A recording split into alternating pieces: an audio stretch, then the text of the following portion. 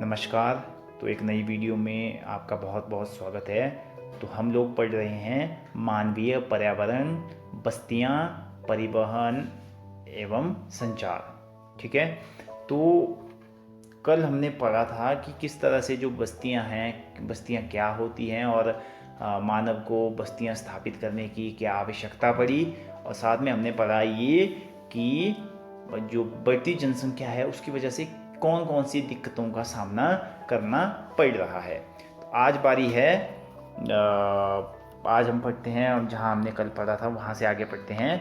ऊपर दिए गए संवाद से बस्तियों के दो विभिन्न चित्रण हमारे सामने आते हैं। ग्रामीण एवं शहरी बस्तियाँ। गांव ग्रामीण बस्ती होती है जहाँ लोग कृषि, मत्स्य पालन, वानिकी, दस्तकारी एवं पशुपालन संबंधी कार्य करते हैं। ग्रामीण बस्ती सघन या प्रकीर्ण हो सकती है। सघन बस्तियों में घर आसपास बने होते हैं। प्रकीर्ण बस्तियों में लोगों के घर दूर दूर व्यापक क्षेत्र में फैले होते हैं।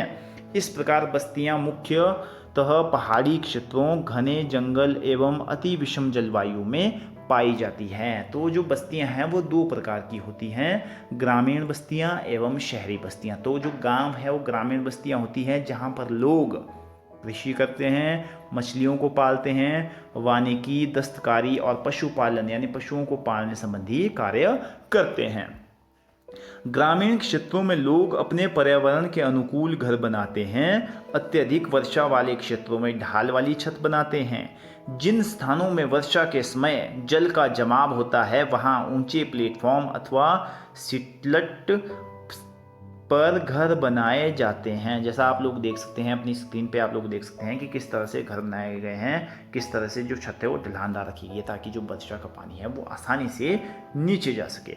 उसके बाद है गर्म जलवायु वाले क्षेत्रों में मिट्टी की मोटी दीवार वाले घर बनाए जाते हैं जिनकी छतें फूस की होती है। स्थानीय सामग्री जैसे पत्थर, पंख, चिकनी मिट्टी, तृण आदि का उपयोग घर बनाने में किया जाता है। अब हमारे पास जो दूसरा प्रकार है वो क्या है, नगरीय बस्तियों में नगर छोटी एवं शहर उनसे बड़ी बस्तियां होती है।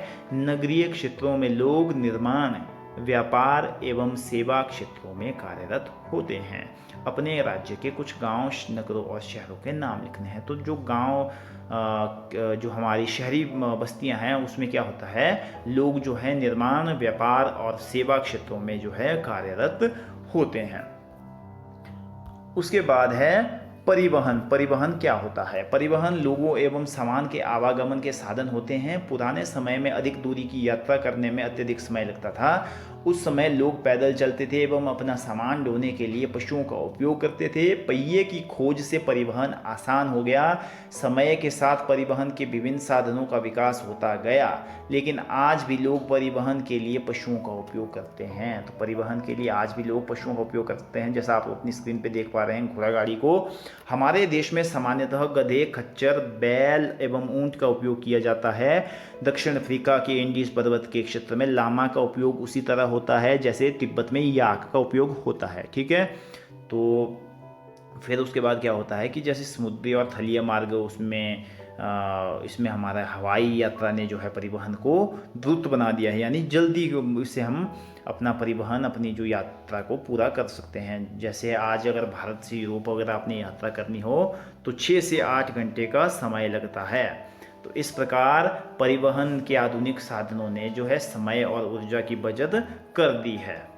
तो इस तरह से जो हमारे परिवहन के साधन हैं, हम कल पढ़ेंगे परिवहन के जो 4 हमारे साधन हैं कौन कौन से, सड़क मार्ग, रेल मार्ग, जल मार्ग और वायु मार्ग। इनके बारे में हम कल विस्तार से पढ़ेंगे।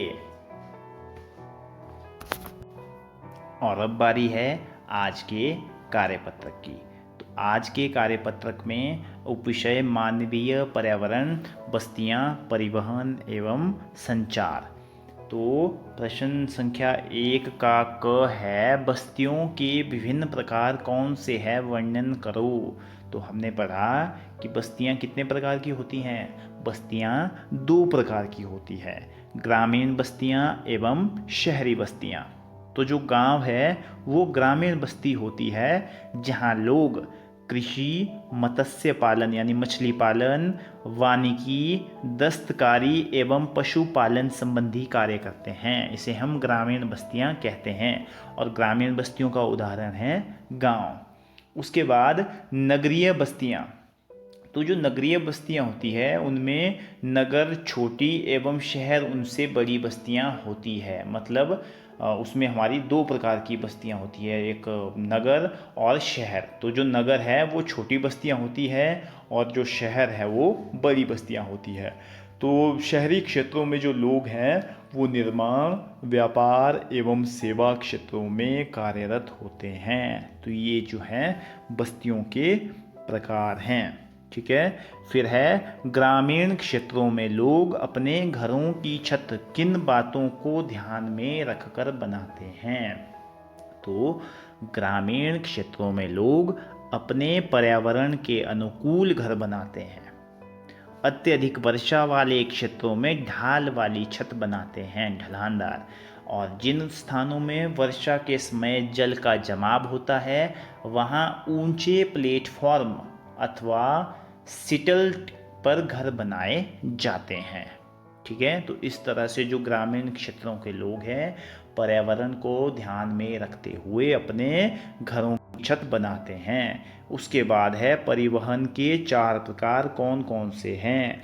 तो परिवहन के 4 प्रकार कौन कौन से हैं। नंबर 1 सड़क मार्ग, नंबर 2 रेल मार्ग, नंबर 3 जल मार्ग और नंबर 4 वायु मार्ग। ये जो है परिवहन के 4 प्रकार हैं। फिर है परिवहन के 4 प्रकारों में सबसे तेज साधन कौन सा है। तो परिवहन के 4 प्रकार यानी सड़क मार्ग, रेल मार्ग, जल मार्ग और वायु मार्ग में सबसे तेज साधन कौन सा है। तो सबसे तेज साधन कौन सा है। वायु मार्ग। तो परिवहन के 4 प्रकारों में वायु मार्ग सबसे तेज है। उसके बाद प्रश्न संख्या 2 है सही कथन के आगे टिक और गलत कथन के आगे कांटा का निशान लगाओ।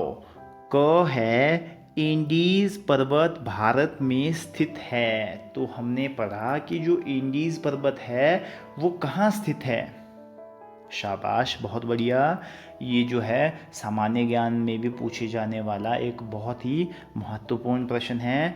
इसकी दृष्टि से भी ये प्रश्न बहुत इम्पोर्टेंट हो जाता है और आपके कार्यपत्रक में भी दिया गया है। तो इंडीज़ पर्वत भारत में स्थित है, क्या ये सही है या गलत है। जी हाँ, ये गलत है। इंडीज़ पर्वत कहाँ स्थित है। ये दक्षिणी अफ्रीका में स्थित है। इंडीज़ पर्वत कहाँ स्थित है। ये स्थित है दक्षिण अफ्रीका में। फिर है तिब्बत में याक का उपयोग परिवहन के लिए होता है। तो तिब्बत के जो लोग हैं वो याक का उपयोग सामान ढोने के लिए और ख़ुद उस पर सवारी करने के लिए करते हैं या नहीं। परिवहन के लिए इसका उपयोग किया जाता है या नहीं किया जाता है। जी हाँ, इसका उपयोग जो है परिवहन के लिए किया जाता है।